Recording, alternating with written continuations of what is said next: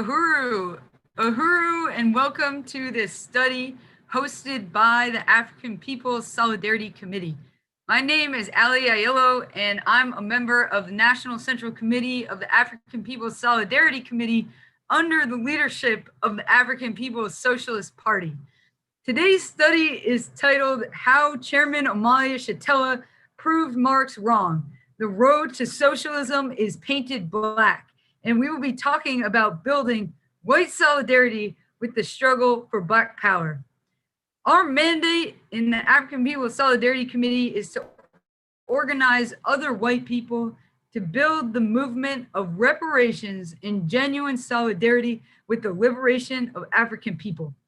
I want to start off this study by saluting our incredible leadership, Chairman Omali Yeshitela, who developed the political theory of African internationalism and who represents the leadership of the African Revolution around the world. I also want to take this opportunity to salute Deputy Chair Uneasy Equilibrium, who has put on the ground Chairman Omali Yeshitela's vision of the Black Power blueprint and who leads more than 50 economic institutions of the party. And I also want to salute and welcome the African People's Solidarity Committee Chairwoman Penny Hess. Chairwoman Penny is honored to have been present when the African People's Socialist Party held the founding conference of the Solidarity Committee in the fall of 1976 and has been a cadre member of the African People's Solidarity Committee ever since. In 2001, she published the groundbreaking book, Overturning the Culture of Violence, which, under the leadership of Chairman Omali Yeshitela, detailed the complicity and participation of white people in the historical assaults and colonial violence against African and other oppressed peoples. She will be giving the main presentation for today's study. And so without further ado, I want to welcome you, Chairwoman Penny, and turn it over to you. Uhuru. Uhuru, thank you, Ali. Thank you, comrade. Always very, very excited to hear you and have you open up our studies. And I want to salute everybody who has come on to this study tonight.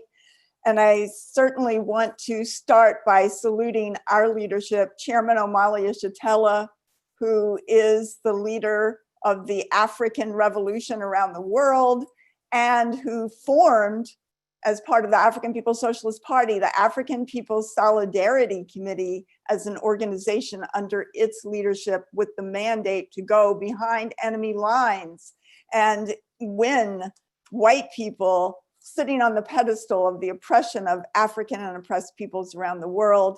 I want to salute our leadership, the National Central Committee of the African People's Socialist Party, Deputy Chair Uneasy Equilibrium, who leads the political economic front of the party, the Black Power blueprint, and all of the 50 institutions of the party that are creating dual and contending power and an economy in the hands of the African working class for self-determination, and who is the leadership over the work that African People's Solidarity Committee does on the ground every day.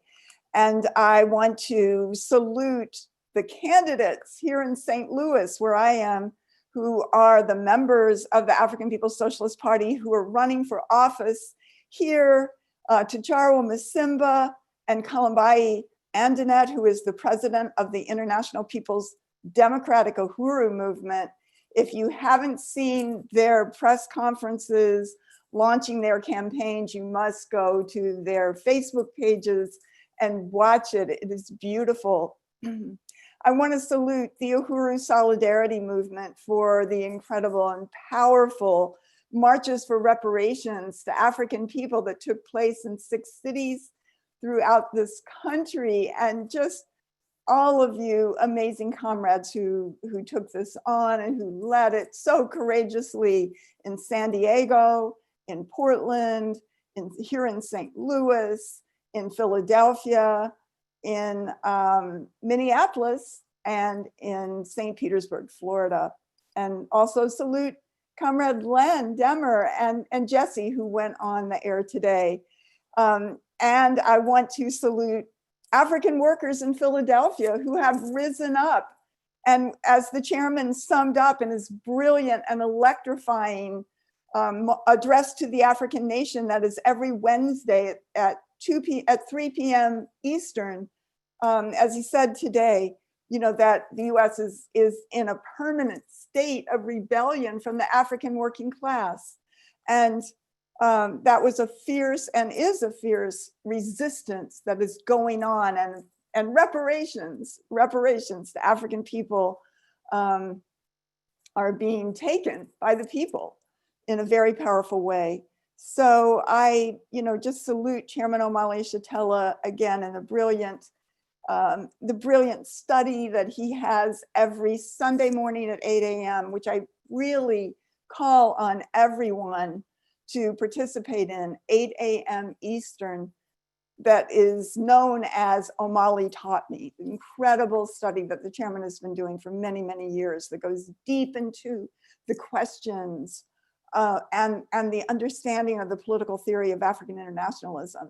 You know, and we often say that, you know, that this is not a feel-good kind of event that we're having, and that, you know, that we go deep into the questions of our relationship as white people to the African Revolution and to this whole reality of parasitic capitalism, what we have done, what we do. You know, we sit on this pedestal on the backs of African people, and we have to go deeply into that to understand it. But, you know, but it is a feel good in that it is powerful to be organized under the leadership of the brilliant African working class, to be organized under the leadership of a movement that we can watch transforming the world day after day after day, to see the leadership of the organized, the vanguard party, the party of the African working class, and to see its integrity, that it stands for a world without oppression, without, you know, without people, without war, without some people gaining millions of dollars or a good life at the expense of everybody else. And it's a world that we want to see. It is being implemented as we speak, and every single day the leaders and the members of the African People's Socialist Party are out on the streets making this happen. And it feels good. It feels good to know that we can rectify our relationship to Africa and African people, and that we can pay reparations, and that we have a job, we have an assignment in this revolution. And we're going to talk about that today. But still, that, you know, it is not enough just to feel good. It isn't enough just to feel good. We have to have the political theory.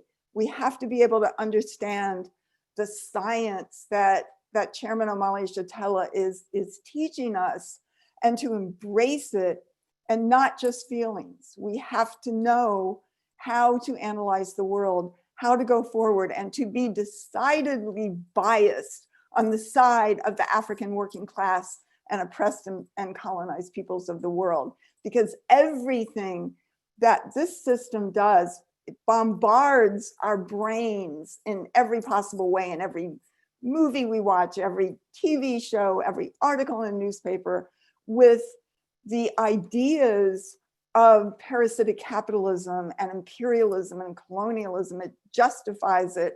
It says this is the way the world really is. It keeps us as the subjects of history, not, you know, we don't see anything else. And we see this media that criminalizes the African working class every single day, that blames them for the colonial violence that they face.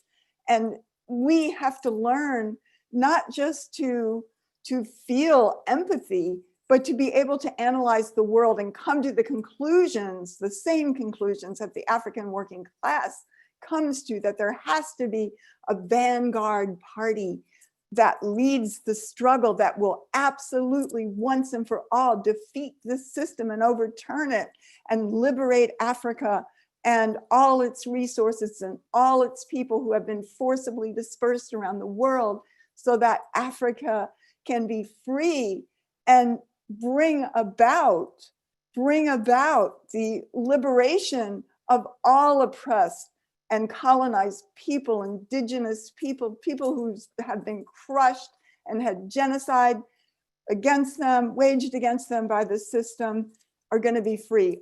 This is what this movement is about. And it is beautiful. It is incredible. We must get the science. We must understand what the chairman is saying. And, the chairman says that wrong ideas and wrong theory or wrong understanding affects our conclusions. So, I think back to before I came into this movement. Yeah, I could read one thing and somebody could be making an argument for something progressive, but the next day I could read something that was totally reactionary. But, well, that sounds good. They made a good argument there. And, I could just be back and forth, as is typical. I had no understanding of how to change the world. What is the science that we're talking about? And so it's not the ability of somebody to articulate a certain argument and this whole idea of objectivity under this system is completely a fallacy in every possible way. There is no objectivity under imperialism, which is always promoting the ideas of the status quo and the ruling class, the white ruling class. And I want to just express my profound admiration for Chairman Omali Yeshitela, because revolutions are made by the masses of the people, but individuals take the responsibility to give leadership and solve the problems of the revolution. Somebody has to lead it. Somebody has to fight for it. And most of us have no idea what Chairman Omali Yeshitela went through, the incredible isolation and total poverty after the counterinsurgency, the US war against the Black Revolution, the African Revolution in the 1960s was crushed, and nobody could sum that up except the chairman. And Chairman Omali Yeshitela looked at the situation, looked at the conditions, looked at the way that the African working class had been crushed when only a few years before, in the 1960s, Black was beautiful, and the African working class was powerful and was organized and was known throughout the world as the moral high ground for revolutions everywhere. And were invited throughout the world to come and participate in revolutions in other parts of the world. So the chairman looked at what are the problems that have not been resolved. How can the African working class win the next time around?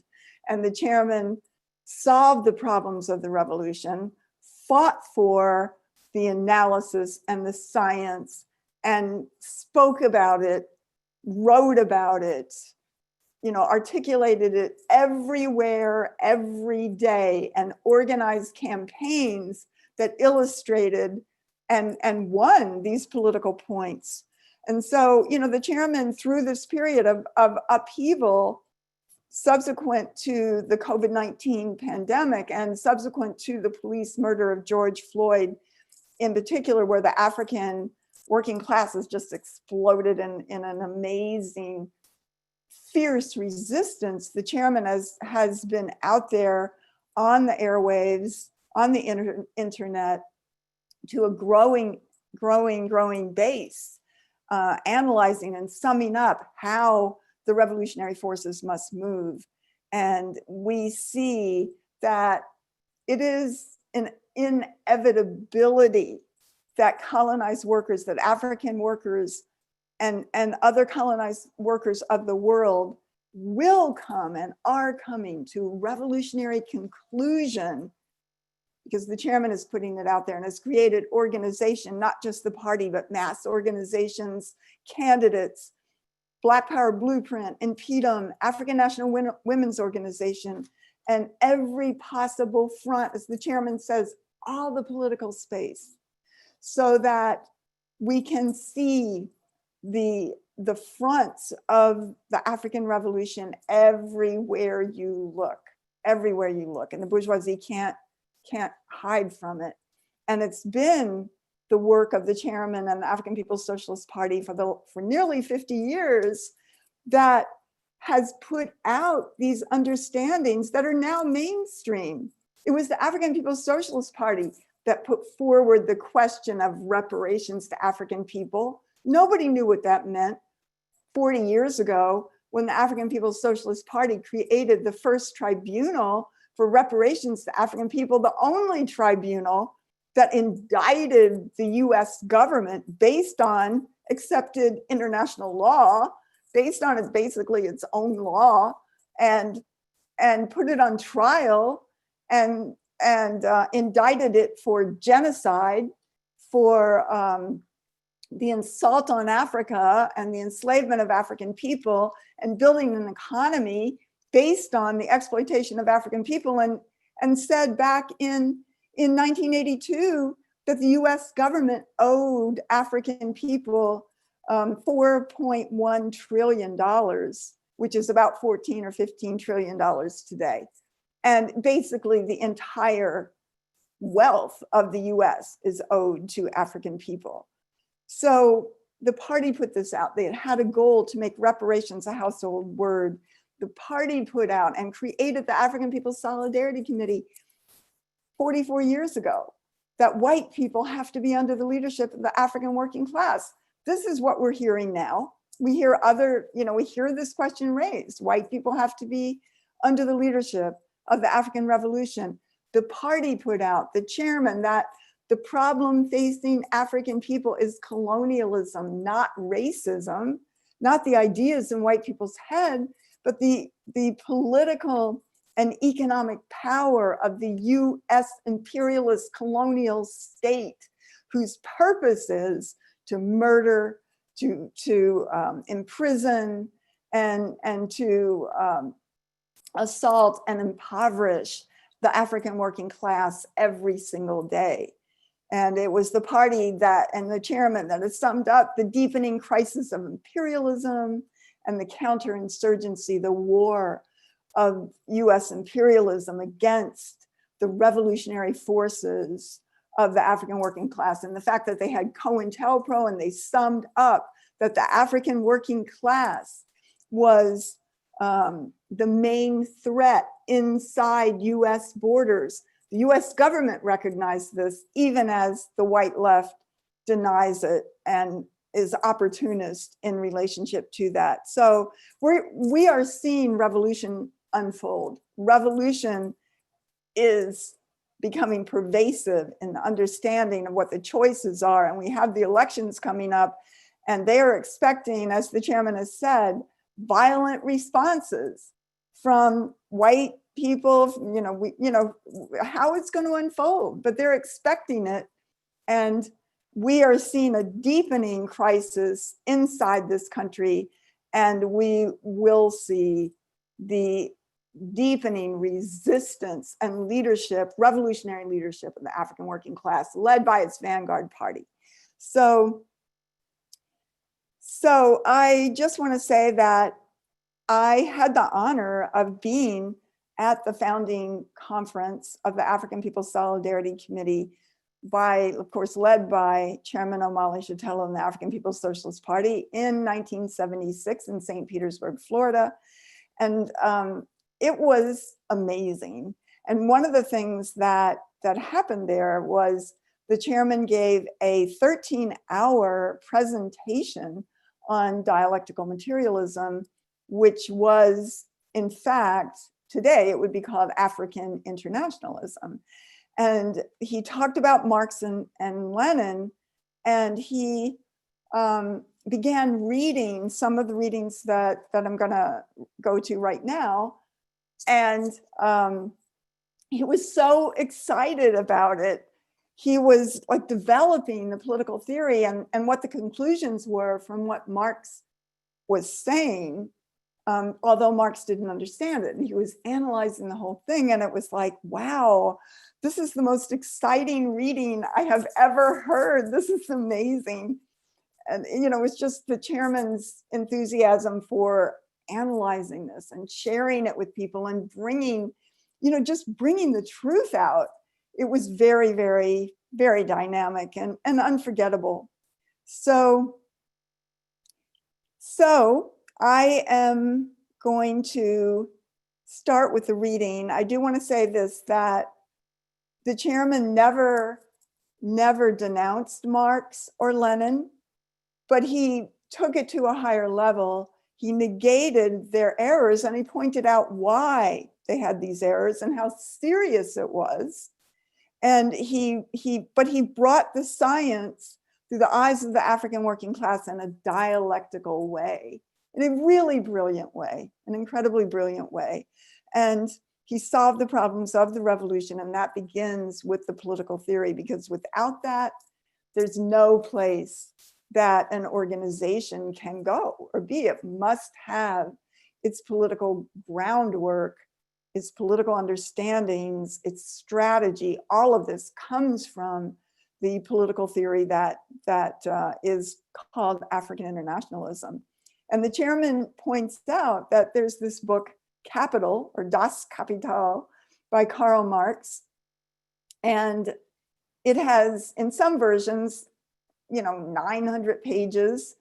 And the majority of this huge book is really about, if you read it, if you go through it, is about the conditions of white workers in Europe.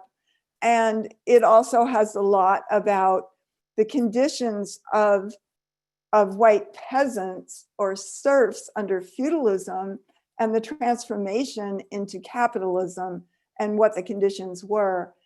And, it sees that, as the central question. And as the chairman says, that it sees the struggle of white workers and white bosses as the central thing. But the party always knew that that was not the central question.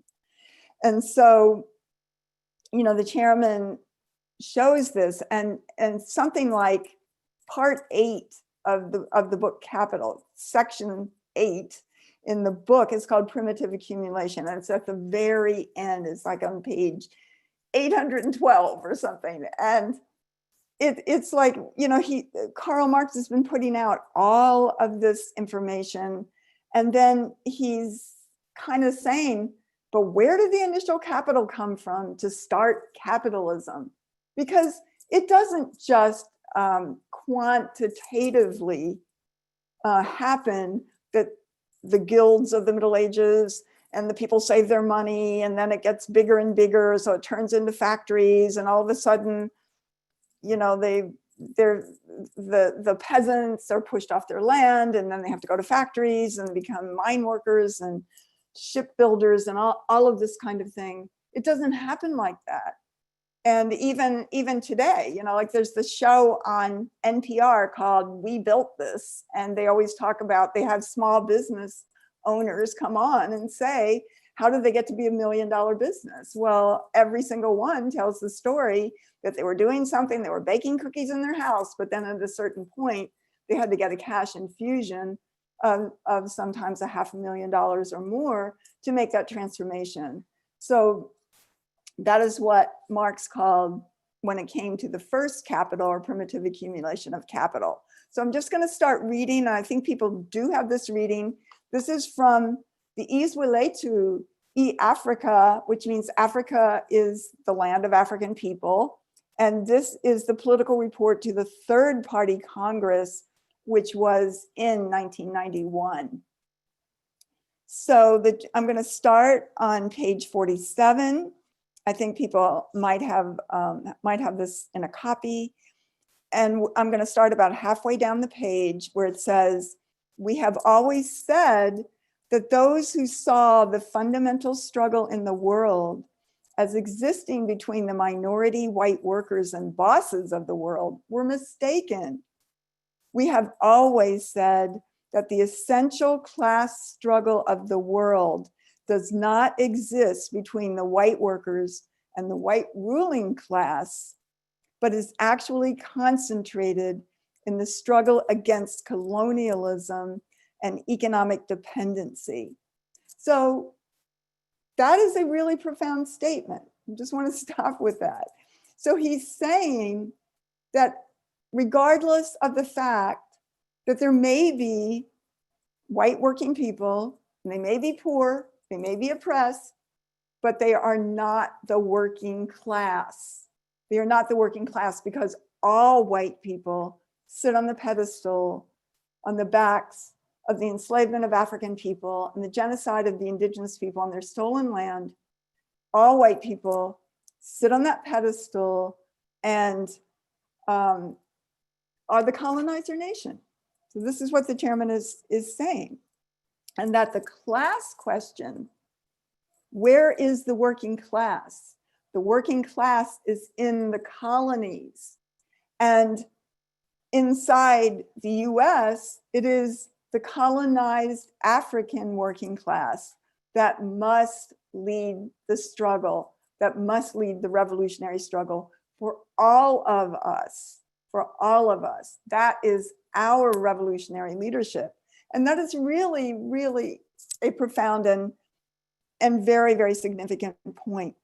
So the chairman continues to say, indeed, whether he knew it or not, Marx inferred him as much himself when in part 8 of Capital, he wrote, quote, in fact, the veiled slavery of the wage workers in Europe needed for its pedestal slavery pure and simple in the New World. I mean, just think about that. The veiled slavery of the wage workers in Europe, the white workers in Europe, needed for its pedestal slavery pure and simple, the reality of the enslavement of African people in the US and in the Americas, North and South America. And, so, I mean, that's a profound statement, but yet Marx didn't really understand the conclusions of that because throughout his life, he continued to believe that the revolutionary force would be white workers in Europe against the ruling class, that's what would end capitalism. So this goes on to say that this statement by Marx is simply another way of saying that capitalism, the entire basis and superstructure of white power as it exists, has its origin in and rests upon a pedestal of African oppression. Other statements in the same work by Marx make this point abundantly clear. So quoting again from Marx, Marx said, we have seen how money is changed into capital, how through capital surplus value is made, which I guess you could say is profit, and from surplus value, more capital. Thus, but the accumulation of capital, Marx said, presupposes surplus value. Surplus value presupposes capitalistic production. Capitalistic production presupposes the pre-existence of considerable masses of capital and labor power in the hands of producers and commodities. The whole movement, therefore, seems to turn in a vicious circle, out of which we can only get by supposing a primitive or previous or first accumulation of capital preceding capitalistic accumulation, and accumulation not the result of the capitalist mode of production, but its starting point. So, he's saying, how did it start? Where did it get all this money to start? And so Marx continues to say, this primitive accumulation plays in political economy about the same part as original sin in theology. Adam bit the apple, and thereupon sin fell upon the human race. Its origin is supposed to be explained when it is told as an anecdote of the past. In times long gone by, there were two sorts of people: one, the diligent, intelligent, and above all, frugal elite; the other, lazy rascals spending their substance and more in riotous living, which is always what they say about the colonized and colonized workers. The legend of theological original sin tells us certainly how man came to be condemned to eat his bread in the sweat of his brow, but the history of economic original sin reveals to us that there are people to whom this is by no means essential. Never mind. Thus it came to pass that the former sort accumulated wealth, and the latter sort had at last nothing at all to sell except their own skins. And from this original sin dates the poverty of the great majority that, despite all its labor, has up to now nothing to sell but itself, and the wealth of the few that increases constantly, although they have long ceased to work. Such insipid childishness is every day preached to us in defense of property. So the chairman says in another place in part 8 of Capital, Marx further explains what this primitive accumulation is that preceded capitalist accumulation, but was not the result of the capitalist mode of production, but its starting point. So again, a quote from Marx. So the Marx says, well, where did it come from? It comes from the discovery of gold and silver in America, the extirpation, enslavement, and entombment in mines of the Aboriginal population. And, he's talking about, for one thing, places like Potosi, which is in the Andes. It's at 14,000 feet, a city in Bolivia, where there were silver mines, and I think there still are, but they began mining that in the year 1545. And in that, in order to mine that silver, they imprisoned, they enslaved indigenous people, sent them down into the mines and forced them to work every single day until they just dropped dead.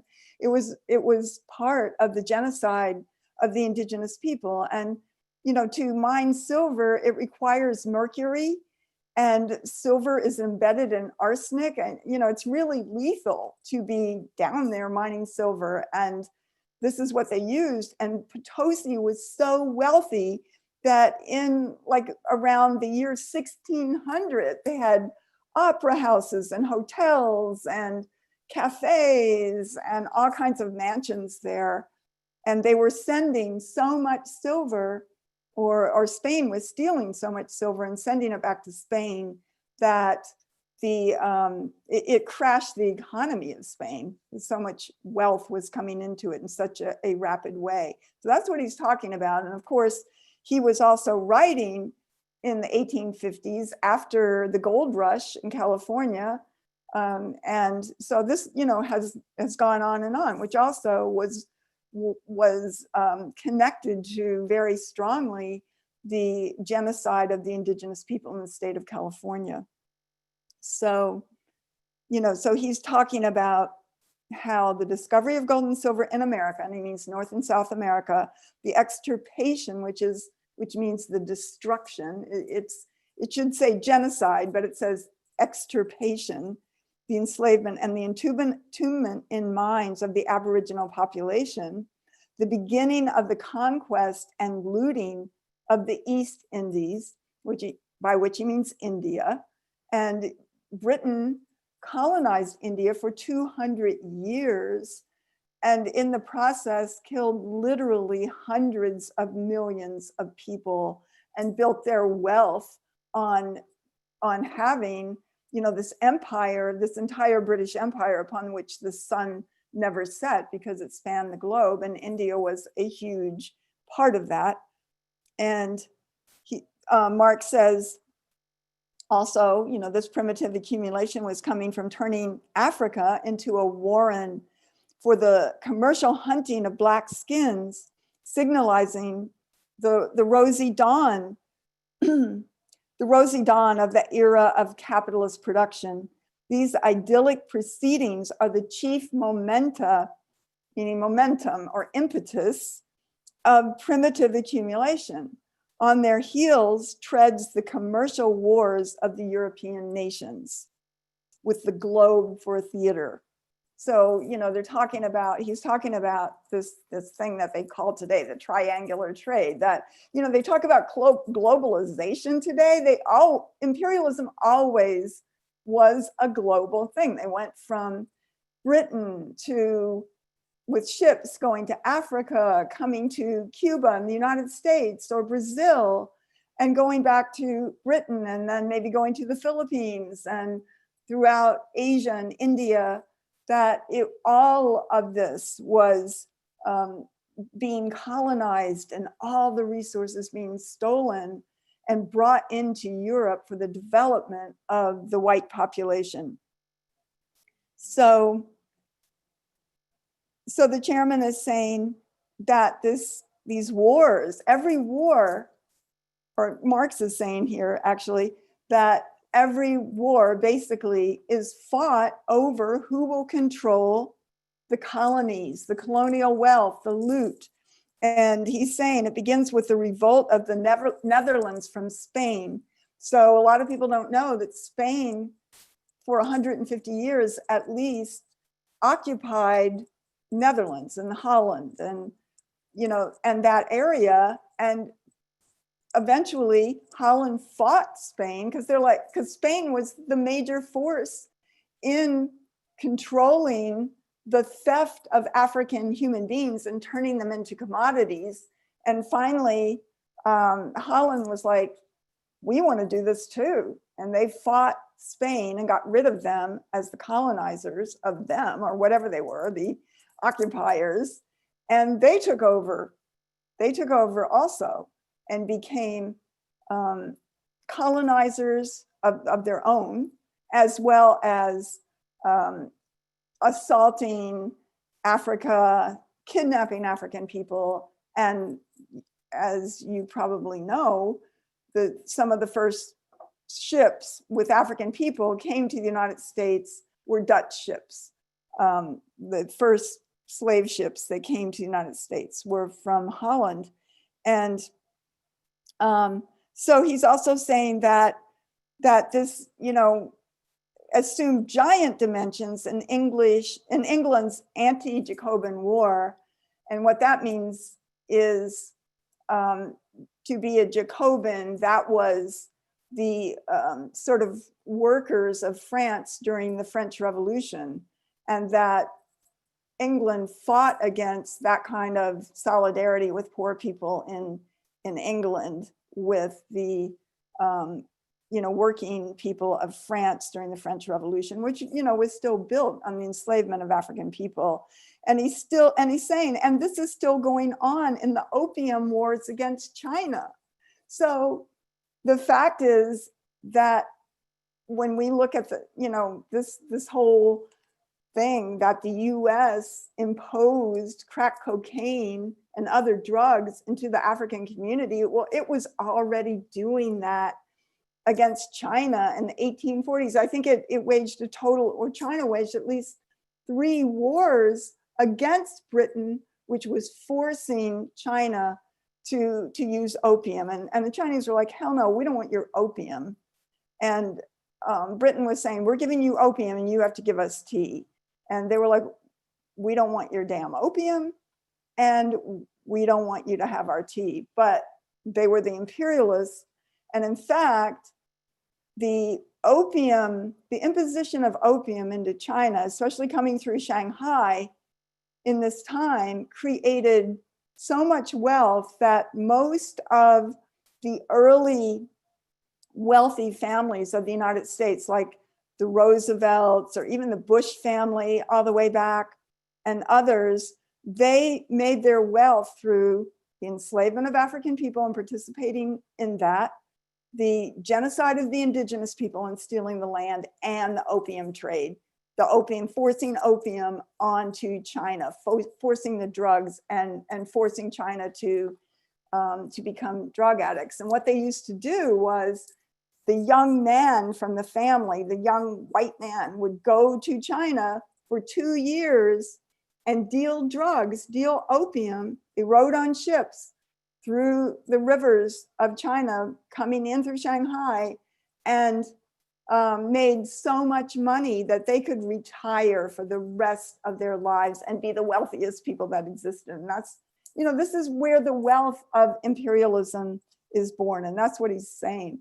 And so Chairman continues to say that Marx's Capital was written in 1867, but 20 years previously, in 1847, Marx had made the same point about primitive accumulation, that was the origin of capitalist production as it actually occurred in the world. In a work called The Poverty of Philosophy, Marx reveals the historical significance of Africa in the emergence of capitalism, not only for the accumulation of pre-capitalist capital, but also for the origin of the capitalist world economy, the existence of which was a precondition for the rise of capitalism.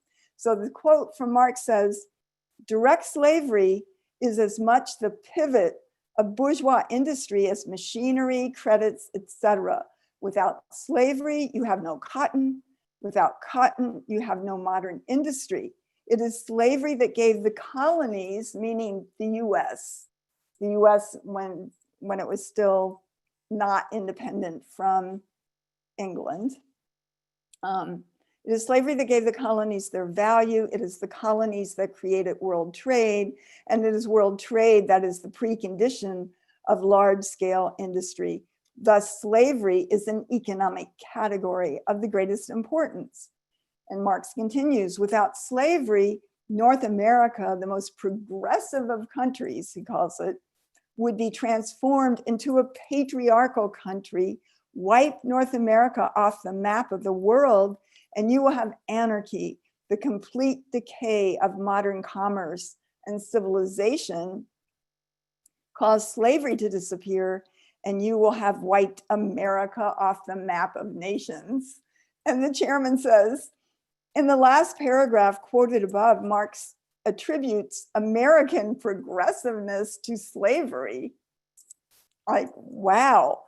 And moreover, Marx also makes the most coherent and cogent argument of what it would take to destroy capitalism and modern commerce. Get rid of slavery and you will wipe America off the map of nations. But Marx could not come to that conclusion. And the chairman says, however, Marx was not able to conclude that the struggles to overturn the pedestal that the veiled slavery of the wage workers in Europe needed was the fundamental revolutionary task to defeat capitalism. This is because Marx's theory requires that the defeat of capitalism occur as the consequence of a contest between white workers and the white ruling class. It has been left to us, African internationalists, whose enslavement constituted the origin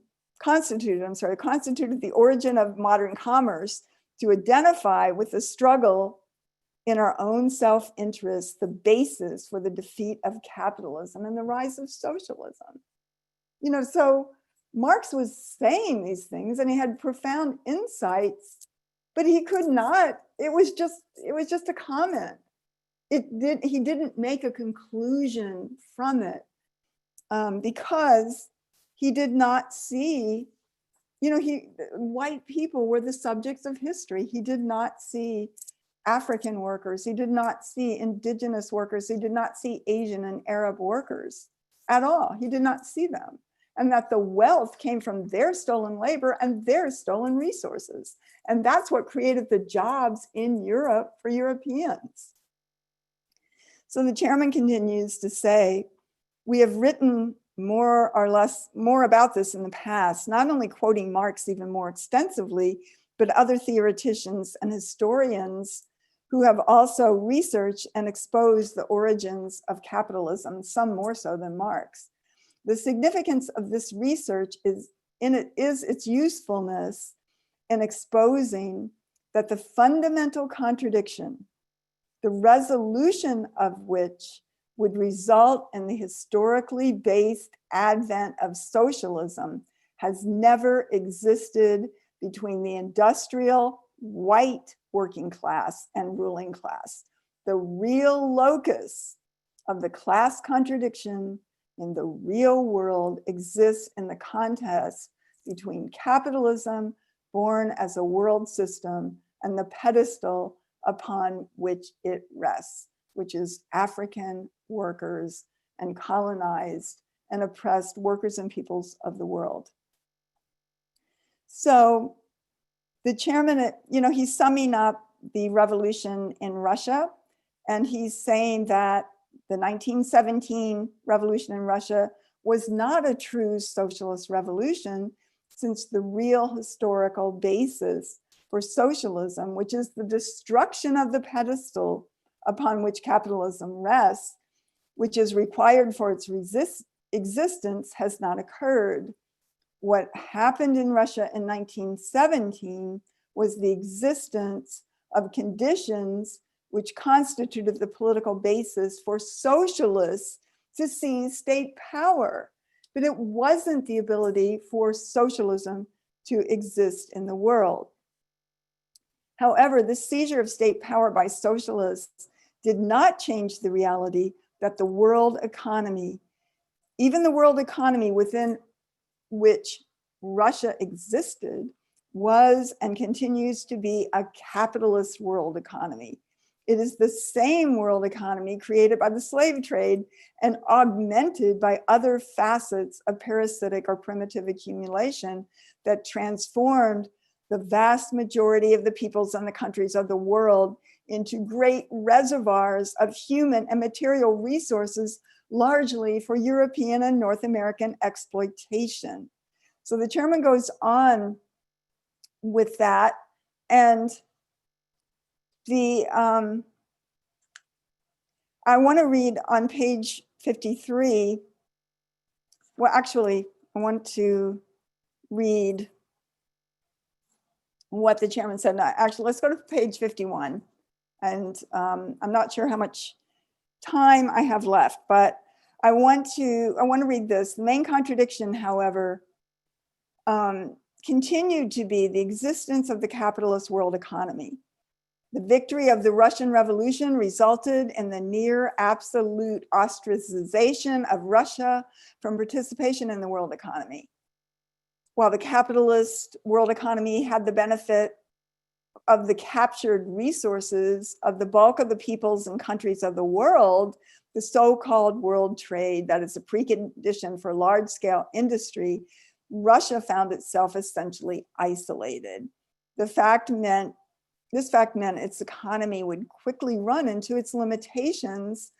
And this has been true for just about every revolution that successfully militarily defeated US imperialism. It found itself thrust and forced to move into the capitalist economy. The US puts boycotts, embargoes, it invades them with counterinsurgent forces. This happens after it happened when the Soviet Union won power. The US did this in Vietnam. The US did this to Nicaragua. This is what the US does. It does everything it can to destroy their economy and their ability to feed the people. And the Soviet Union really tried to create a contending economy in the world, but it was not able ultimately to do that. So the chairman is talking about, he's quoting from the first party Congress held in 1981. And he's saying that, summing up from that brilliant political report to the party's very first Congress held in Oakland, California in 1981. I remember it very, very well. And the chairman said, the struggles of the world's people for national liberation, political independence, and economic and social justice have been going on for a long time, and they have clearly escalated since the Second Imperialist World War. However, the new current in the struggles of dependent countries and peoples, the current characterized by the struggle against neo-colonialism, with a few critical exceptions, represents the new epoch in the struggle against world capitalism led by US imperialism. This new epoch is characterized by the struggle against neo-colonialism, which embraces all those countries which have won the struggle against colonialism for political independence, and by the struggle against economic dependency, which embraces the peoples and countries which suffer from neo-colonial oppression, as well as the peoples who still strain under the cruel weight of direct colonialism or political and economic dependency. So just to be clear, that neo-colonialism means that after African countries and colonized countries around the world, mostly in the 50s and 1960s and early 1960s, won a struggle for political independence from their former colonizers. Nevertheless, though imperialism set up puppets or neo-colonialists, Africans or people from indigenous to the colonized country in question to act as white power in blackface. And, you know, that involved just intense counterinsurgency around the world, because in places like Ghana and places like Congo, there were leaders like Kwame Nkrumah and Patrice Lumumba who were absolutely committed that the resources of Africa were going to benefit African people and not imperialism, that imperialism were going to be cut off from the billions and trillions of dollars of wealth being stolen by Africa, you know, just in an ongoing way since the first assault, you know, by Europeans in the 1400s. That so many resources have been taken out of Africa. And that's why the US has neo-colonialism. That's why they murdered in such a brutal way Patrice Lumumba, who was a brilliant and leader only in his 30s, who was committed to integrity, to fighting for, no matter what, the interests of the African workers of Congo.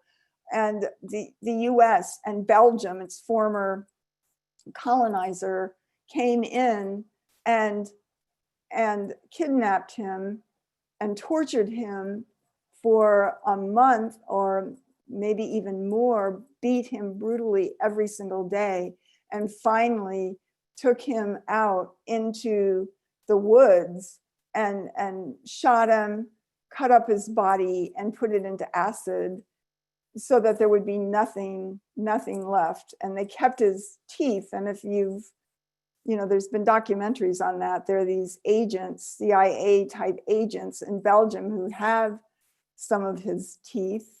And I see that Congo right now, or I believe the family actually of Patrice Lumumba, is demanding that Belgium return all of the remains of Patrice Lumumba to them. But that, you know, they then installed Mobutu as the neo-colonialist. And Mobutu worked for, he was a general under Lumumba, but he betrayed Lumumba, and the US and imperialism paid him so well that he was, before he died, and his family still is, one of the wealthiest people in the world. He had a fortune of $5 billion and had palatial estates in France and other places throughout the world.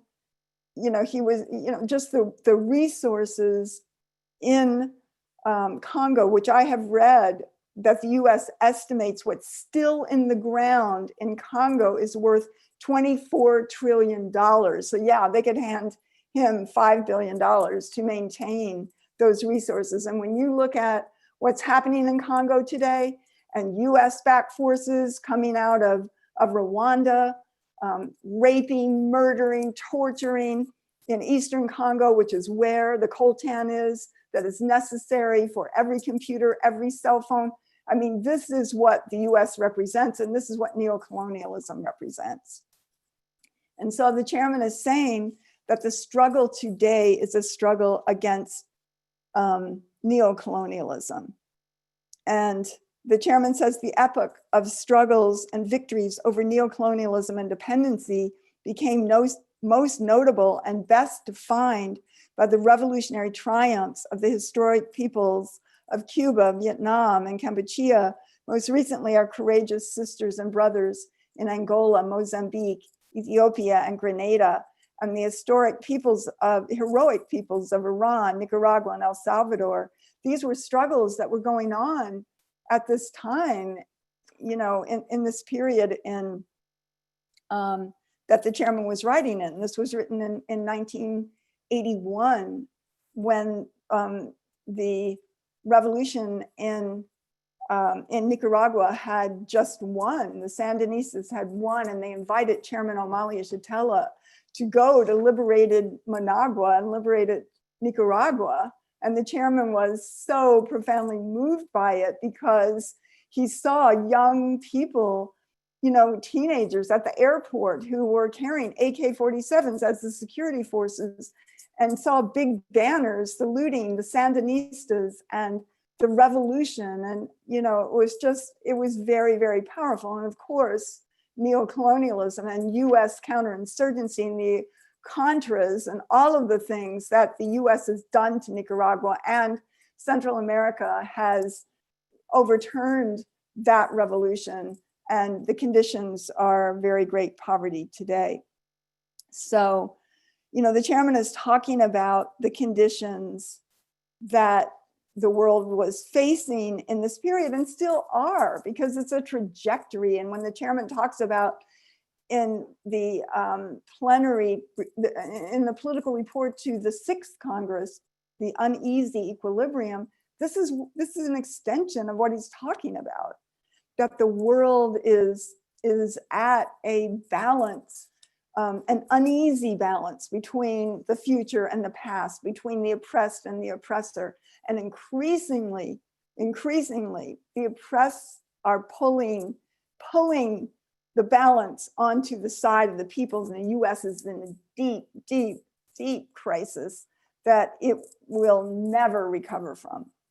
So, you know, I think that this is a powerful beginning of understanding, and there's so much more to say about this, because the chairman talks about opportunism and why do white people have opportunism? What does that mean? I mean, selling out and betraying the revolutionary interest in order to gain something for ourselves, which is what has always happened. And many anti-colonial leaders of the 1950s and 60s would ask the question, why do the colonizers who are poor and working, why do they not stand in solidarity with the colonized people? Why do they support and stand with their own ruling class that actually oppresses them too? You know, Aimé Césaire, he raised that question, and I believe Fanon raised that. Why did that happen? And the chairman analyzes that because all white people sit on the pedestal.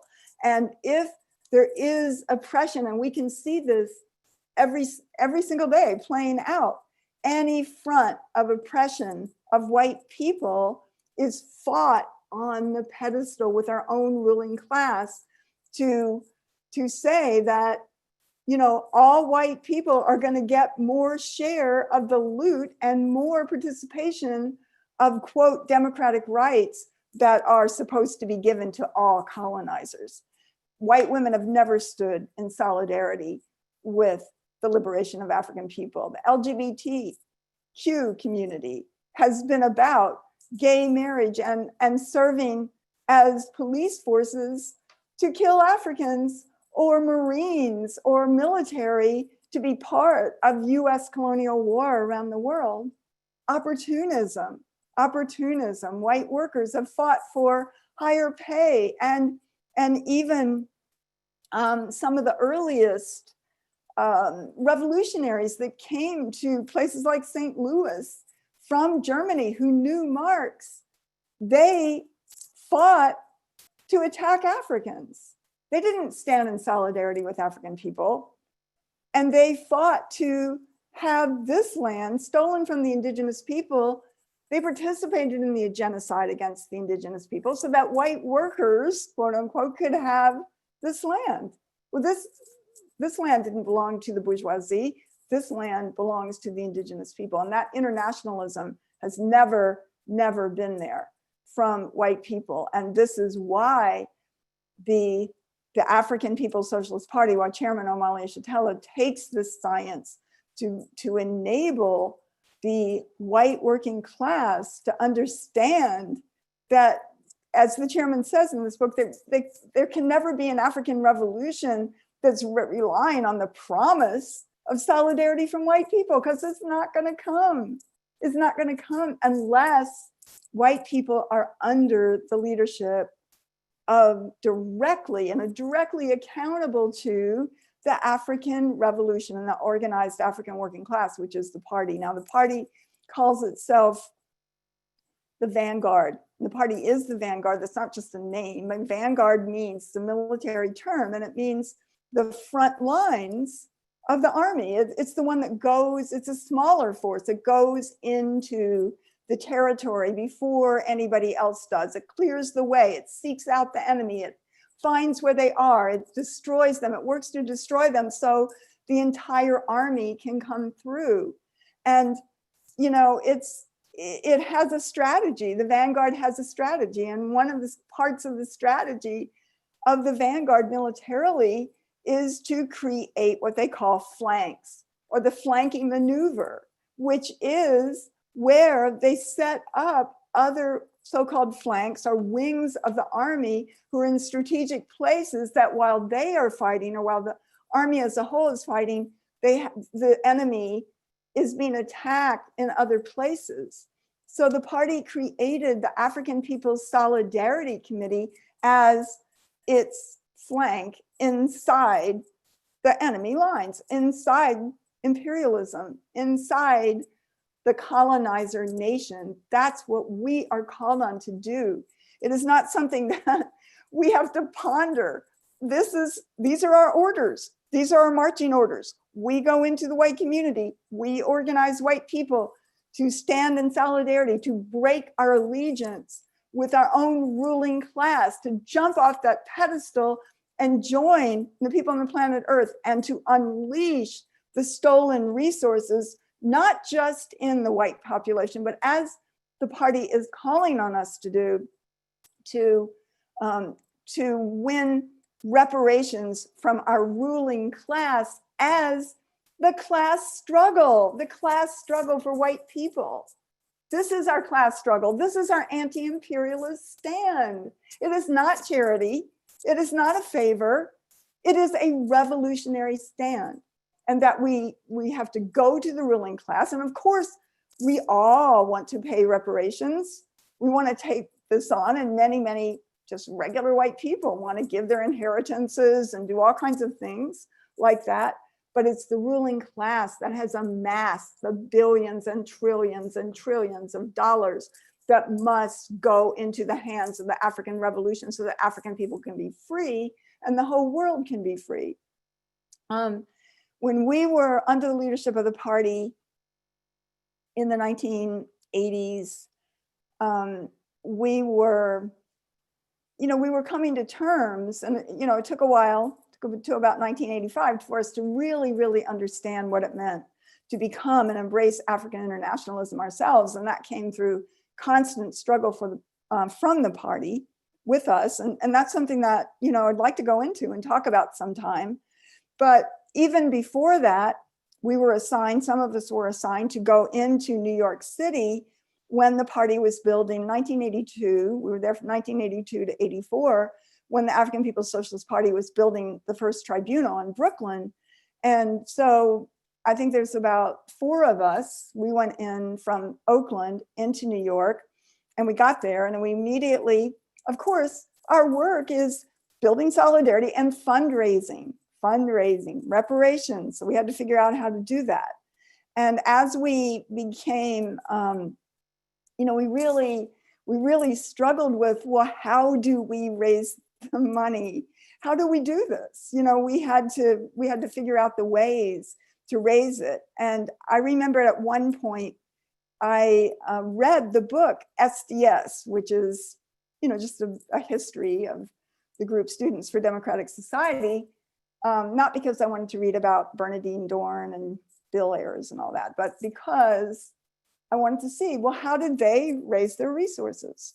Well, they were in the middle of course, many of them were from very wealthy families, but they were also there when the African Revolution was at its height, and they could make a speech, and even unsolicited at times, it says in this book, that people would just send in like $40,000, individuals, like $5, $10, $15, but it would be like bundles of duffel bags full of mail coming to their office, and they would be all these letters and all these checks and all this cash.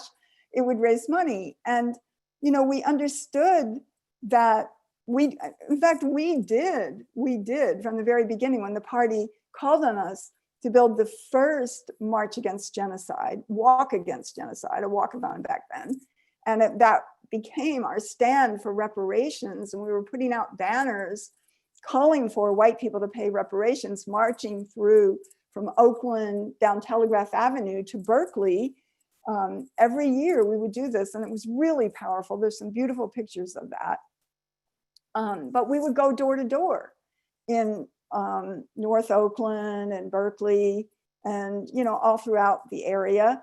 And we raised resources. We raised a lot of resources doing that. But we realized that the demands of the party were great and that much more was needed, and that the Soviet Union funded the Communist Party in the US, so much so that Gus Hall, whatever he was, the chair of the Communist Party, had his own horse farm. I mean, they weren't out there organizing for revolution. They were, they used this money to do whatever, fund their paper, their offices, and that kind of thing. And it was clear that there's not going to be a Soviet Union to fund the African Revolution, and nor would it want it. That it is our responsibility. We have to go in there and crack this monster and find all of the people who want to come and force those of the ruling class who recognize, as the chairman keeps saying, that they're vulnerable, to turn over the stolen resources back into the hands of the African Revolution, the Black Power blueprint, and all of the work of the African People's Socialist Party, and claim this. This is our work. This is what, these are our orders, and we have to solve it and figure it out and bring the creativity that we get from being African internationalists, and the incredibly creative and brilliant and genius leadership that we get every day from Chairman Omali Yeshitela, Deputy Chair Ona Zane Yeshitela, and the African People's Socialist Party. So, we came to a conclusion at one point, that in addition to going door to door and calling for donors, that we wanted to start baking cookies. We started baking chocolate chip cookies, and we put a little sticker on them that said that they were Uhuru cookies. And we sold those all over the country. And probably over the years, there's still Uhuru Foods and Pies today as a Black Star industry under Deputy Chair's office. But back then, we sold them as a stand of reparations And I would say over the years, we sold literally hundreds of thousands of those cookies. And one time when we got to New York, building for the reparations, as we were called on by the party to build and raise resources for the tribunal, there was a big anti-nuke march going on in Central Park.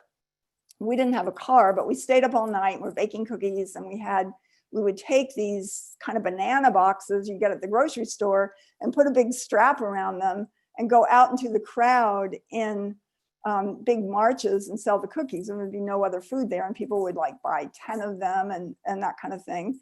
So we went out and did that, and we didn't have a car. So even before Uber and Lyft, way before that, in the 1980s, they had something in Brooklyn called the car service. And I don't know if they still have that, but it wasn't the same as a cab company. You could call them the day before and say, pick me up at 7 a.m. and have a station wagon. And the station wagon would come and we'd put all of our stuff in it, and we would go out there and we'd sell it, and as a stand, very clearly as a stand of reparations. And there were these white leftists, and they were like these three guys, like they had like three people in their organization. And they were still, like debating what something Trotsky said like 100 years ago. There was, nothing to do. They didn't do any work. They didn't do anything. But of course, they always had a very expensive newspaper. So where that came from, I don't know. But so we were unloading at this anti-nuke thing out of the car service, the station wagon that, we rented. And these guys were standing there. We had met them. And the one guy goes, "Oh, Uhuru rented car service and sells cookies." And they were saying things like, I wouldn't want to be in a revolution that's about selling cookies.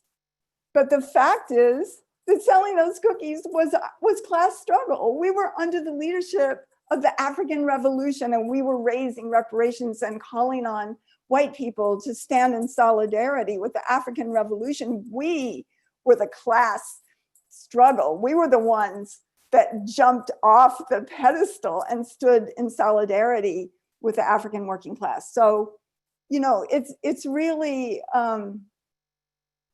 it's a really great history. It's a really great history. This whole question of understanding the significance of reparations as a revolutionary demand. And if we understand what the chairman is saying about the errors that Marx and also Lenin made, the errors that they made, and how the chairman corrected them, because they could only be corrected through the eyes of the African working class, then we can see the way forward. We can see this is what APSC is about, how it has evolved, and the chairman's politics, the chairman's development of African internationalism has evolved tremendously to understand the role, as the chairman said, to understand that the creation of the African People's Solidarity Committee under its leadership was exactly right. It was exactly right. And we can see that playing out in the world today. So I just really want to thank everybody for participating in the study tonight. We will have questions or discussion.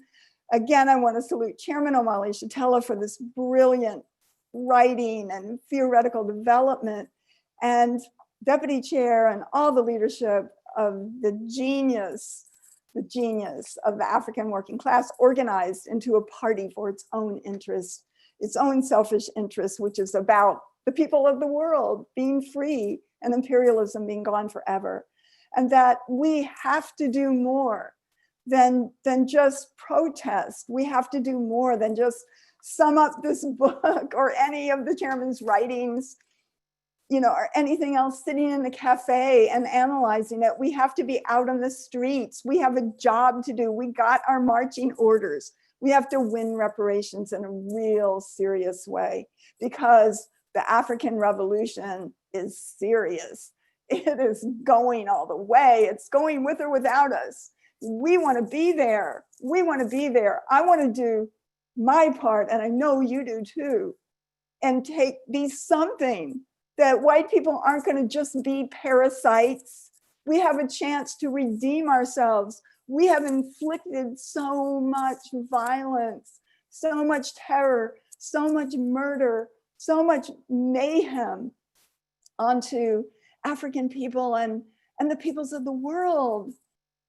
You know, just to have the opportunity to rectify our stance, to get out of the gutter of the world, you know, and to stand up and to be something, that a humanity that only the African working class and colonized people can give us.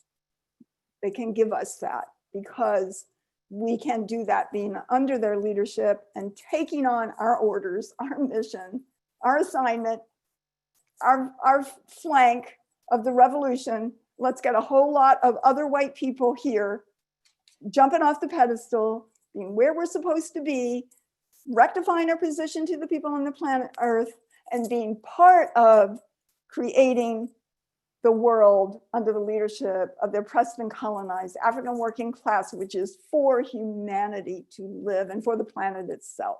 So I'm calling on you to join the African People's Solidarity Committee, look into seriously what it means to be a cadre, to lead, to take responsibility, not just, oh, I can do it for a month, but I'm going to do this for my life because I'm not leaving another generation of what white power represents on this planet. So this is your opportunity. I'm calling on you to join the African People's Solidarity Committee and say uhuru and unity through reparations. Uhuru, uhuru, Chairman. Uhuru. What a fantastic study. I just want to give you a huge round of applause and just really salute that incredible study. It was a profound discussion and African internationalist analysis. And yeah, that was amazing. Uhuru, uhuru, uhuru. I just really want to thank you for that. And also just want to salute our incredible leadership, Chairman Omali Yeshitela, for giving us this theory of African internationalism to analyze and to take on and to adopt as a theory of our own, and just fully unite with what you put out there. And also the call for white people to join the African People's Solidarity Committee, which is what we are going to be hearing more about next. But before we move on, I just want to let you know that if you have any questions, we are going to have a section for discussion. So if you have any questions or any comments about that brilliant study, we will be going into Q&A shortly. So please submit those questions in the Q&A feature on Zoom at the bottom of the screen. And if you're watching on Facebook or watching on YouTube, you can enter their comments in the section below in the comments section, and we will make sure those get brought into the Q&A section. But before we go into our Q&A, we are going to hear from the Uhuru Solidarity Movement Chair, Jesse Neville, who will be telling you how you can apply to join the African People's Solidarity Committee and why you should consider joining. So Uhuru, Jesse. Uhuru. Uhuru, thank you, Ali, and salute again to Chairwoman Penny Hess. I want to unite with what was stated by my comrade, Ali Ayello. That was a fantastic political education on African internationalism and the writings and political theory of Chairman Omali Yeshitela that was provided by, that was conducted by our chairwoman, Penny Hess, tonight. And I personally, I was riveted. I could honestly have listened to another hour at least, if not more, of that presentation and that study. So I appreciate Chairwoman Penny for doing this study and for providing this leadership and for the courageous stance of working under the leadership of the African People's Socialist Party for 44 years since the founding of the African People's Solidarity Committee in 1976. And I also want to echo the salutes to our leadership, Chairman Omali Yeshitela, for building this flank, as Chairwoman Penny put it, of the African Revolution.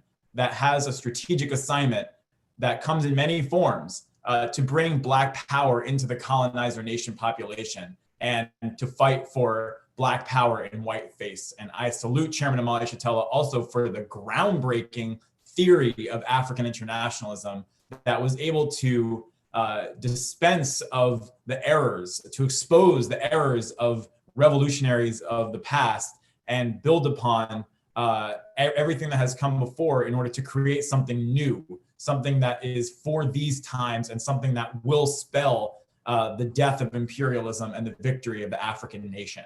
And I also want to salute Deputy Chair Uneasy Equilibrium, who I will be speaking about a little bit later as well as the chairman and Chairwoman Penny. But I want to salute Deputy Chair Uneasy Equilibrium for the incredible leadership throughout the entire Uhuru movement for making African internationalism a reality in the world.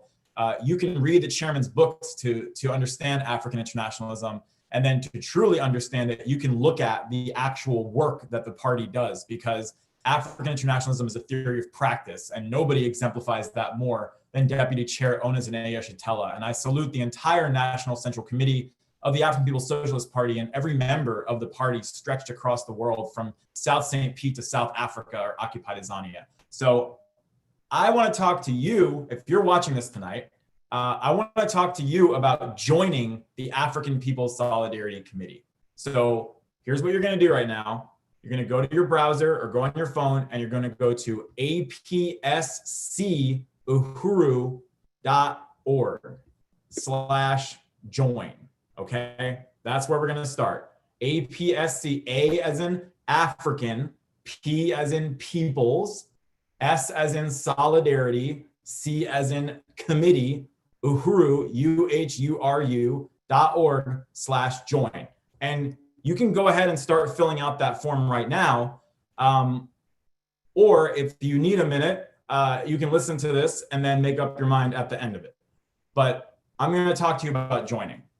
The African People's Solidarity Committee is a cadre organization of the African People's Socialist Party that was formed to open up this new front of the African Revolution for reparations from the colonizer nation to go into the white community and fight for Black power and whiteface. This is a dynamic organization that works in solidarity with the Uhuru Foods and Pies. We just heard about the cookie-selling revolutionaries back in the early 80s. That has blossomed into entire institutions that are now under the leadership of the Office of Deputy Chair, like Uhuru Foods and Pies. APSC works in those institutions. The Uhuru Furniture and Collectibles stores in Philadelphia and Oakland that have been there for 30 years, APSC works in those institutions as a stand of reparations. The Black Power Blueprint, and of course the Uhuru Solidarity Movement, many of which of you watching this tonight are members of one or more of these organizations. That is the work of APSC in its many different forms under the leadership of the party. So APSC is more than just being a part of one or another of these different fronts of the solidarity work. APSC means taking responsibility for doing more than just protesting, for doing more than just being a mass member, but actually taking responsibility to lead, to raise reparations, and to win other white people to do this as well. So again, I want to talk to you about joining, and I really want you to seriously consider it tonight. I want to talk to you about devoting your life to the African Revolution and the worldwide anti-colonial struggle for socialism. And I'm saying it like that because this is more than just a call for membership in an organization. This is a call for you to make the most meaningful decision you will ever make as a white person, the decision to make the struggle of African and colonized people for freedom the #1 priority for the rest of your life on this planet. The decision to make reparations your #1 priority for the rest of your life on this planet. When speaking of the relationship between the colonizer and the colonized, Chairman Omali Yeshitela has famously stated, slavery is both our legacies. Africans inherited the poverty of slavery, white people inherited the wealth of slavery. That's the chairman's famous statement. So therefore, if we want the next generation not to inherit the legacy of slavery, but to inherit the legacy of reparations, to inherit the legacy of African liberation, now is the time for you to join the African People's Solidarity Committee. And any white person who's in this study, it's true for each and every one of us. If you look back through your family history, no matter who you are, no matter where you're from, you'll find the same story of white people getting ahead in life by stepping up onto the backs of African people to make a better life for ourselves at their expense. That is everyone's story. That is everyone's background.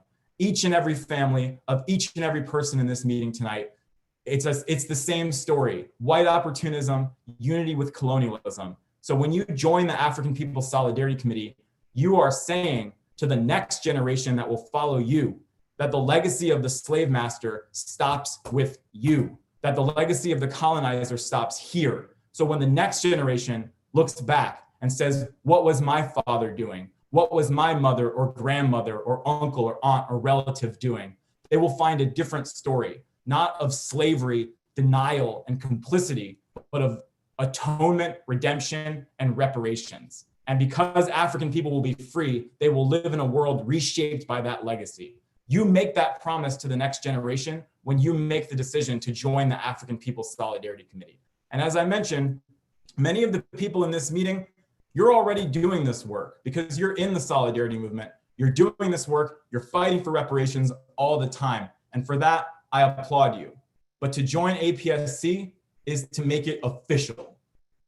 It is to strive to be a cadre. And I want to talk about that word. Cadre means, the literal definition, it comes from a word that means frame, because the cadre is the frame that holds it all together. As Che Guevara once said, cadres are the backbone of the revolution. They are the comrades, and you know who they are. They're always there, rain or shine, the first to show up, the last to leave. Now, some of you who are not yet in APSC might be thinking, well, that sounds like me. Well, that's great.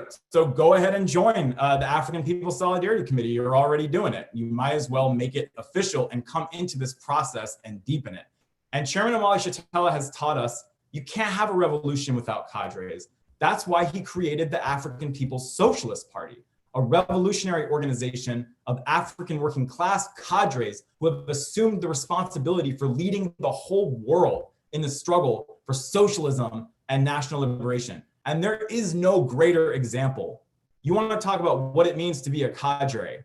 There's no greater example of a cadre than the members and leaders of the African People's Socialist Party. There's no greater example of a cadre than Chairman Omali Yeshitela himself, who lives, breathes, and sleeps the African Revolution, whose faith in the African working class and whose loyalty to the people and the revolution has been unbroken for over half a decade. That is what a cadre looks like. Deputy Chair Uneasy Equilibrium, whose cadre stance is evident in her unceasing commitment to the creation of a new African economy as the foundation of a future in which African workers wield political rule over their own socially owned means of production. That is what a cadre looks like. And as a strategic front of this struggle, the chairman and the party said, white people need to be cadres too. White people need to be cadres under the vanguard leadership of the African Revolution. There needs to be white people who are willing to go all the way, divorce ourselves from our allegiance to imperialism, and commit national suicide and commit our lives unwaveringly to the quest for reparations and the triumph of the African Revolution.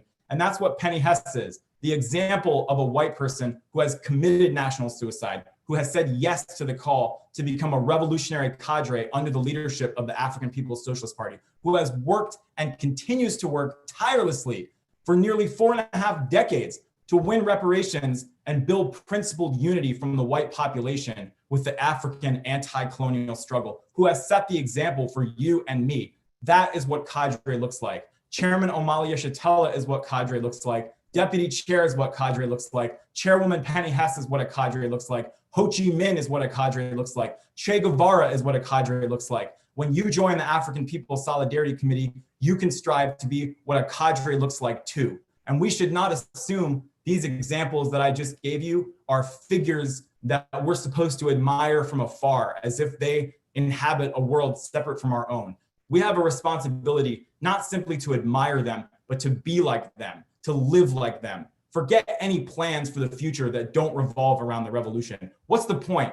What's the point of a life lived on the pedestal of slavery and genocide that isn't devoted to the destruction of that pedestal of slavery and genocide? What's the point?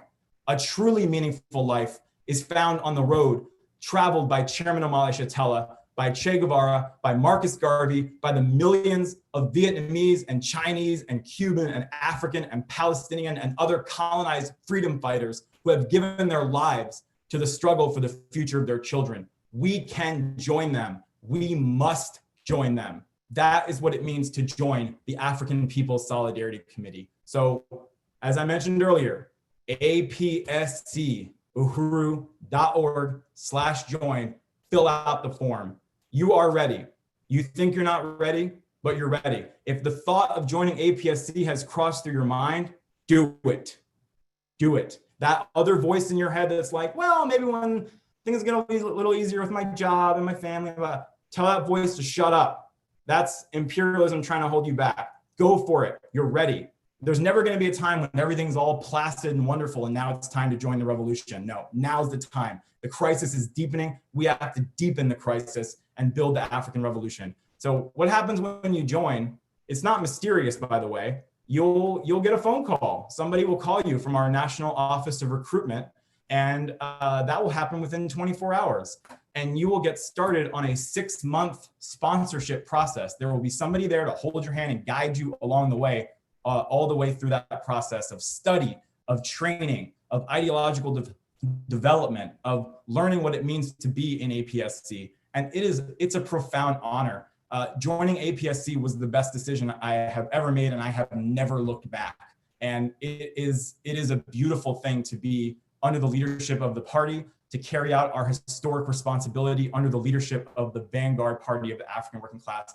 It is exhilarating. It is life-changing. As Chairwoman Penny Hess said, even though this is not a feel-good event, it feels damn good to be on the right side of history, to be on the winning team. We're the only ones that are out here right now not crying about how terrible 2020 has been. 2020 has been great. Imperialism is falling apart. The African revolution is winning. And that means we are winning as long as we attach our future to the African revolution and not to this nasty social system. So join the African People's Solidarity Committee, apscuhuru.org. This is the party's time. This is the time to bring it all back. Bring all of the resources stolen from African people for hundreds of years back to the African revolution and kick the ass of the white ruling class. Unity through reparations. Uhuru. Uhuru, Uhuru, what an incredible call to join APSC. Yes, Uhuru, this is the time. I couldn't agree more with what Jesse said. That was an incredible call, and I just fully unite. This was the best decision that I ever made, joining the African People's Solidarity Committee, and this is the place to be, in the cadre organization, working under the leadership of the African Revolution, of the African working class, of Chairman Omali Yeshitela and the African People's Socialist Party. So just want to fully unite, go to apscuhuru.org and join the African Revolution. All right, so now we're going to move into our question and answer. So we've got a couple of questions that have come in, Cheryl and Penny. And our first question that we have is from Leah Fifield in Minneapolis. Uhuru, Leah. And she says, Uhuru, thank you, Chairwoman Penny, for this informative study. I appreciate the in-depth analysis that you took us through. For those of us who are newer to the movement, where can we learn more about African internationalism? And can you say more about how African internationalism is a science? What is meant by that? Uhuru, thank you, Leah. What a great question. Really salute you and all your tremendous work in building the Minneapolis March for Reparations last week. And I would say that, yes, we have to read more about African internationalism. This is just like a little bit, and the very best place is in the book, the chairman's book, Vanguard, which was the political report to the 7th Congress of the party. And it was actually reprinted in there, the chapter on African internationalism, and it was reprinted from the book An Uneasy Equilibrium, which was the political report of the party to the 6th Congress. And, it was reprinted because it is so definitive on the question of African internationalism. It's a chapter that really goes into depth in a very dialectical, all-sided way that shows you how the chairman came to those conclusions and what is African internationalism and what are the conclusions that you come to when you are an African internationalist, that this whole question of colonialism, not racism, and just that the African people are one people all around the world, all of these questions, and that Africa belongs to all African people, whether they have been dispersed to the Caribbean or whether they've been dispersed to the United States or where they still live under brutal conditions of neocolonialism inside of the continent of Africa today. So I urge everyone to get either Vanguard, the Political Report, and Uneasy Equilibrium, or ideally both, because they are just incredible books, very incredible books. So I urge people to get that.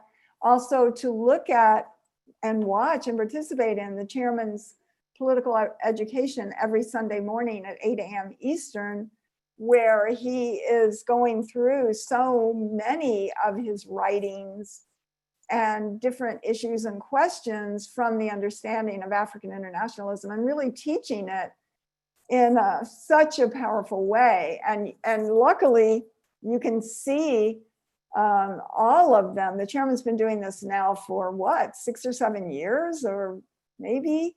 And all of those, or most of them, are on the Burning Spear channel of YouTube right now.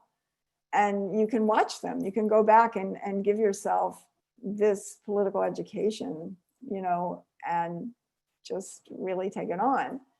But also you ask, for those of us who are newer to the movement, where can we learn more? And then you say, and can you say more about how African internationalism is a science? And I think that's a really important question because, first of all, it looks at the world the way it really is, not a fantasy, not some made up thing. I mean, just look at the fact that, millions of people in this country and around the world believe in religion, and religion is not a science. And it's saying, in the Christian religion, it's saying that there was this woman, Mary, and she was a virgin, but yet she had a baby, and the baby was Jesus, and the father was God, and that, I mean, you're like, what? I mean, this is not science. This is fantasy and metaphysics and idealism. This is not science. But what African International, and this happens in so many ways. I mean, even the ability of the ruling class every day to say that white people are superior in all the ways that it does, it justifies colonialism. When we see what white people are, when we can look at history and we can see what it is. We know what we've done. We know who we are. That these are lies, and that white people are the scientists and are the good ones, and just all of this fantasy, these lies, this manufactured untruth, that's there about us, and also the way that this country or this capitalist system takes history and gives it from the point of view of white people, that there's progress, like Marx is saying, there's progress in the enslavement of African people and the genocide, but that was called manifest destiny, and we couldn't help it. We just had to go take over all the land. It was our destiny as white people that we would kill the indigenous people, and it's sad, but we had to do it. Just all of this, these lies. But what African internationalism does is take truly recorded history as it really is, and sums it up, not from the victor, not from the colonizer, but from the colonized, from the oppressed point of view, which is truly turning history right side up into what really happened. And it's science, it's real, you can't dispute it. And this is why people can't debate African internationalism. You know, a lot of times people are like, I don't agree. But they won't debate you because they can't win, because this is reality, this is science, this is true. And so therefore, the only thing that's left to people to do sometimes is to slander and attack, and because they can't struggle against it, they can't debate it, and they can't debate it and certainly can't win. So because this is fact, and that's what African internationalism is about, and systematizing that into a worldview that if you hear somebody say something and you don't quite know the answer and the party member isn't there, all you have to do is, well, is this something that promotes the interests of capitalism and parasitic capitalism and the white ruling class? Or is this something that promotes the interests or reflects the interests of the African working class and oppressed and colonized people? And generally, when we have the science of African internationalism and we embrace it, then we have the ability to answer those questions. It makes us incredibly intelligent to be able to look at the world in a scientific way the world really is, not the way we want it to be. Uhuru. Uhuru, thank you, Chairwoman Penny. Really appreciate that answer. And we have another question from Lisa, also in Minneapolis, who said, thank you so much, Chairwoman Penny, for this great study. Can you talk again about the part in Izwe about the Russian Revolution and what the chairman was saying about how it was an opportunity for the socialists to seize power, but it wasn't ultimately the formula needed to succeed in bringing socialism worldwide? Well, I think that, what the chairman and African internationalism understands is that there can't just be socialism in one place, because capitalism is a world economy and it dominates the world. You can't escape that. And if you try to, the US will punish you and starve you and boycott you and embargo you and invade you with the Contras and that kind of thing, with counterinsurgent forces. And it does it all the time, and it certainly did it with the Soviet Union. And as long as there is still the pedestal on which capitalism rests, which is the oppression and colonization, of African people in the majority of the world, then there can't really be socialism. It has to be a worldwide struggle. It has to be a worldwide struggle. And that brings down US imperialism. Can't be truly socialist while imperialism is still in the world. And socialism, as the chairman says, what socialism means is that the workers own the means of production. The workers are in power and run the state. And certainly Cuba, Soviet Union, China, other places have attempted to do that, but the US always intervenes, negatively against that. But what the African Revolution represents is a movement. First of all, African people are everywhere. They're all around the world. And, it is giving leadership to the entire world revolution, and being located also inside the center of imperialism. It has the ability to be, as COINTELPRO said, J. Edgar Hoover, the greatest internal threat to the stability of the US government since the Civil War. So, yeah, so that, I think that's a really, really important thing. Uhuru. Thank you, Chairwoman Penny. Appreciate that answer. And we have another question from Karen Hilfman, who asked, are there branches of the African People's Socialist Party and Solidarity movement in other countries? Well, there are branches of the African People's Socialist Party in UK, in France, and in other countries in Europe, and in occupied Tanzania or South Africa, and other countries in Africa. But the Solidarity Committee exists basically at the moment inside the borders of the United States. So we are really working to, and have been, again, called on by the chairman and by the African People's Socialist Party and Secretary General of the African Socialist International, Uneasy Kinshasa, to build solidarity movement in Europe and also in occupied Tanzania, you know, among white people, the colonizers in South Africa. So that is something that we're actively doing and going to be doing more of in the near future. This is what we're working on. We've got to do this. Uhuru. Uhuru. So those are all of the questions that we have that have come in. And before we close the Q&A, Chairwoman Penny, do you have any closing comments before we do our announcements?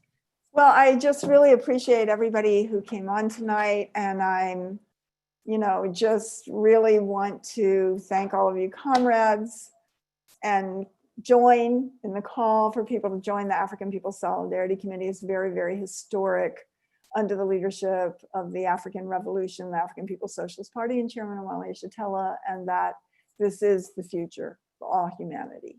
And we have an opportunity to rectify our stance, to end, as the chairman says, our self-imposed isolation from everybody else on planet Earth, and get rid of this vicious ruling class that is about death and profit and, stealing wealth and starving humanity, that we can be part of a future where all human beings can live, no one at the expense of anybody else. And that is the only way that this planet itself is going to survive. So join and, just jump in. We have a lot of work to do. We have a revolutionary front that we've been given orders to carry out of the African Revolution. It's very exciting to do it. Uhuru. Uhuru. Thank you, Chairwoman Penny. I fully unite with that. Got a lot of work to do, so join the African People's Solidarity Committee. And I just really, again, want to appreciate you, Chairwoman Penny, for that brilliant study. And thank you so much for bringing this to the masses of white people to learn about the brilliant theory created by Chairman Omali Yeshitela, African Internationalism. So thank you again, Chairwoman Penny. And Uhuru, want to tell everyone about how you can continue to stay in touch with the Uhuru movement and learn more and get involved. So every Sunday at 8 a.m. Eastern, you can tune in to Omali Taught Me, which is a study led by Chairman Omali Yeshitela. This goes live from the chairman's Facebook page and from the Burning Spear TV and YouTube channel. You can tune in there every Sunday at 8 a.m. Eastern. Wednesday, November 4th at 5 p.m. Pacific, there is a web event, Colonialism as Cuisine web series, Fair Trade. Uhuru Foods and Pies exposes how, quote unquote, fair trade has not improved the lives of farmers and workers in so-called developing countries. They stay in a cycle of poverty. This is another example of colonialism, and you can register for that study at tinyurl.com/colonialism as cuisine-fair trade. November 6th through the 8th is the 12th annual Black People's March on the White House in Washington, D.C. The theme is Black Power Matters, Down with Colonialism, Black Community Control of the Police. This is organized by the Black is Back Coalition for Social Justice, Peace, and Reparations. And if you are interested in going, you should definitely join us. You can contact info@uhurusolidarity.org to join. African People's Solidarity Committee, and Uhuru Solidarity Movement contingent at the Black People's March on the White House.